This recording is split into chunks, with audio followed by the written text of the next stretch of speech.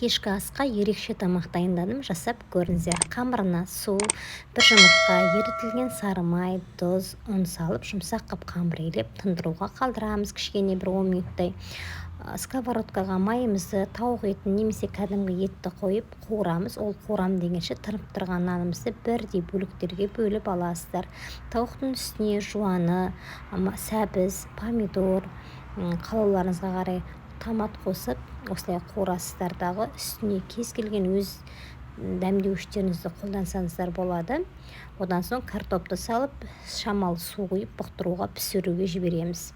Қамырын жайып, кесені майламай, осылай кесенің үстіне орналастырып, артық жерлерін алып тастап, үстіне жұмыртқаның сарысы мен кунжутты сеуіп, 35 минутта 180-200 градуста пісіріп аласыздар.